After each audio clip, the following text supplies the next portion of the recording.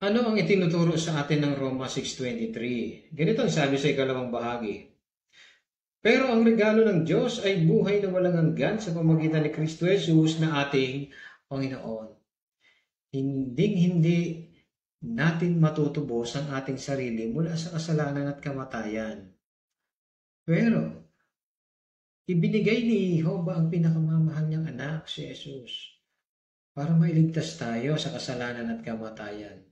Napakalaki ng isinakripisyo ni Jehovah at ni Jesus.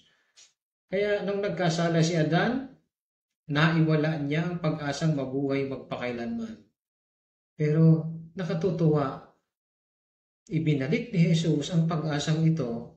Gusto ni Jehovah na mabuhay tayo magpakailanman. Inilaan niya ang perpektong buhay para matubos tayo. Masaya ka ba sa ginawa nila?